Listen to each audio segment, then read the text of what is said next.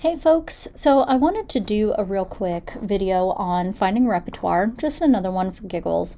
And I am here on kjos.com, and I've actually just clicked on, I just went to band, went to repertoire, and scrolled down, and I happened to see a piece by my friend Ryan Nowlin. He is the arranger for the President's Own. And he's wonderful and writes a lot of very accessible literature in addition to arranging for an amazing military band. But in any case, if you click on a lot of the pieces nowadays that are in these online catalogs, you will find both a description that says, hey, this is what it's like. And then it will tell you a little bit about when it was published, what's going on, what's the grade, is it full band, what is it? And then it will often give you sample pages, and in this case, it does. You could, if you wanted to, print these out so that you could, look at it while you listened, or just to take more extensive notes. But again, it has sample emblazoned all over it so that you don't steal it. Because that would be unethical. But in any case, you can go through the entire score and say, here is whether or not my kids are going to be able to play it. You can actually take a close look at it. Now, do they do this for every single score? No, they don't. But they do it for a lot of scores nowadays. And this one also happens to have an audio sample.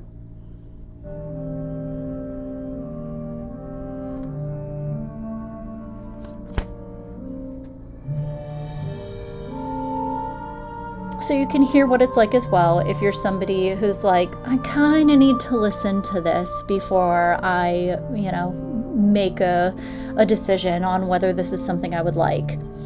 So there's a little bit of that particular website and how they do it. A lot of other websites are similar. A lot of people have heard of J.W. Pepper. If you haven't, it's definitely one to get familiar with. We'll do another band great, Brian Balmages or Balmages, not even sure how you say it. This one happens to have an e-print score, but you get the opportunity to listen, look, or what J.W. Pepper sometimes does. Of course, it's going to give me an error right now. How dare you? Nope. Try again later. Just kidding. So it's like, hey, can we do? Nope. Doesn't like it. Oh, nope. All right. Normally this works, guys. Not today. So 3, 2, 1.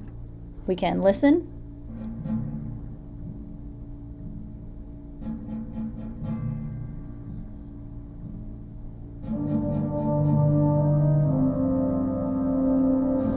Now you could go through the entire thing and listen to it. We're not going to. But again, normally the video, if it has it, it's one where you can, oh, there we go. Look at that one. Now you have to click through this sucker.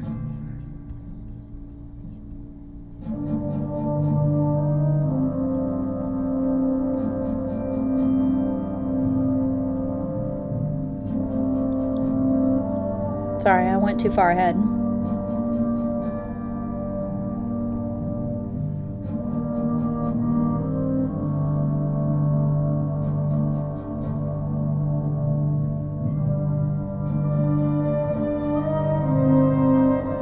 I didn't pick 2 minor selections on purpose.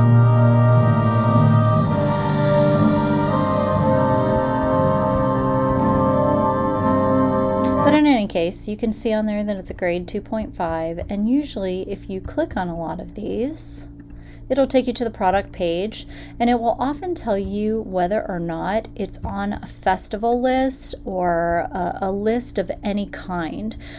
So we might be able to find one, particularly ones that are editor's choice. If they're not like brand new, they often will say where they're on a list.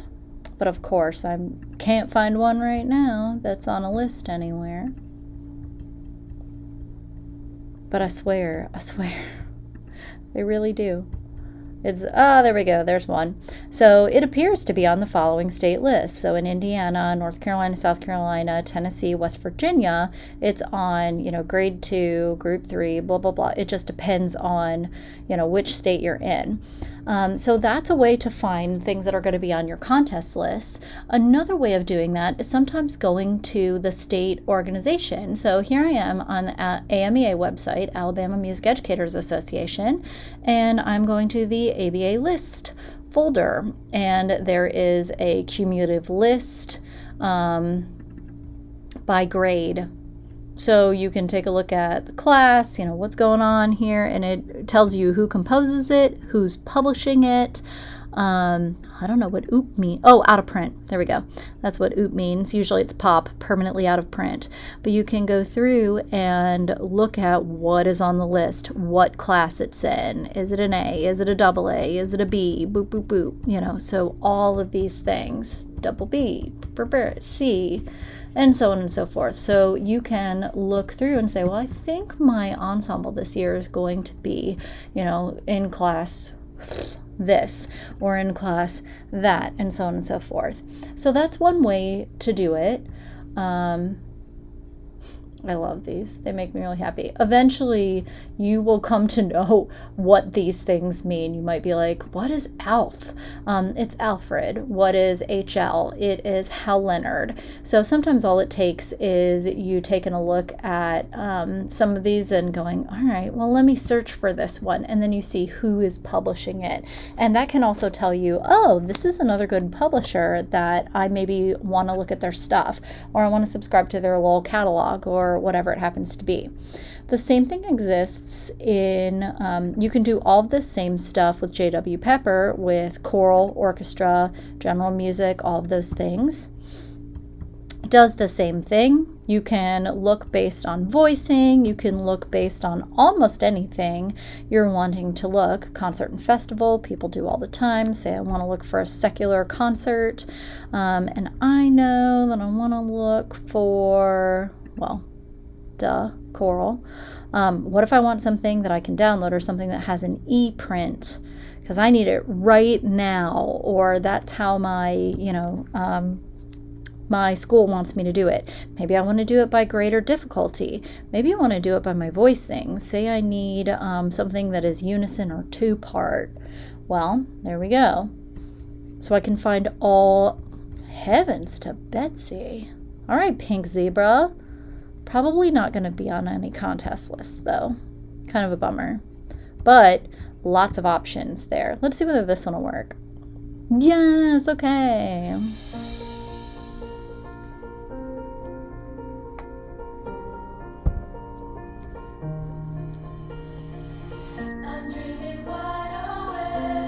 All right, that is enough of that for the moment. But you have that video that will let you preview.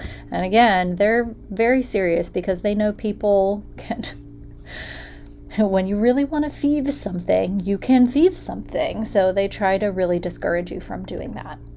All right, what you can also do in some of those cases, you can see that I've just looked up ACDA repertoire lists.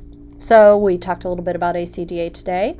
And they said, hey, in these reading sessions, these are some of the things that we have put together. So say we're looking for senior high choirs. Well, this was our list from 1989. Heavens. Let's look at 1989. Or 2019. Hello. So this was their reading packet. When they said, this is what we put together, this was what was in it. This was it. Oh, I love this Oh Love by Elaine Hagenberg. It's gorgeous with the cello solo. I love that one. And again, you can go to different states and look up their lists and see what they have on it. Some people publish their lists, some people don't. Let's look and see whether or not, whether Alabama does theirs. Alabama Vocal Association. Maybe they do, maybe they don't.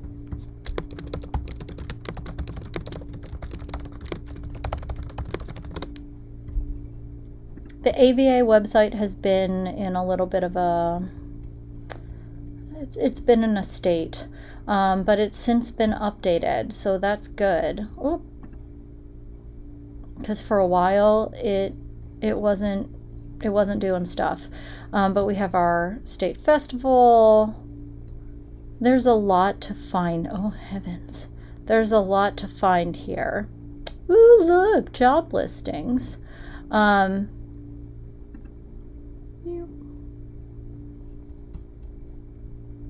Doesn't really give us a whole lot about it. So again, they might not put theirs up there.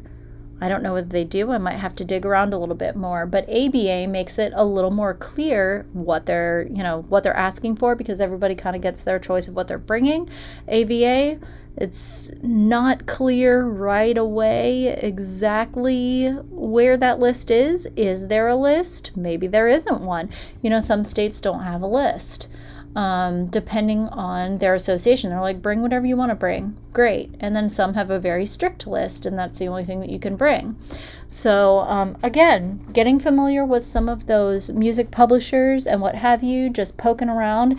There is a lot of just trial and error, getting familiar with the people who are speaking your language, that write for what you're teaching or what you want to peruse and listen to and potentially buy.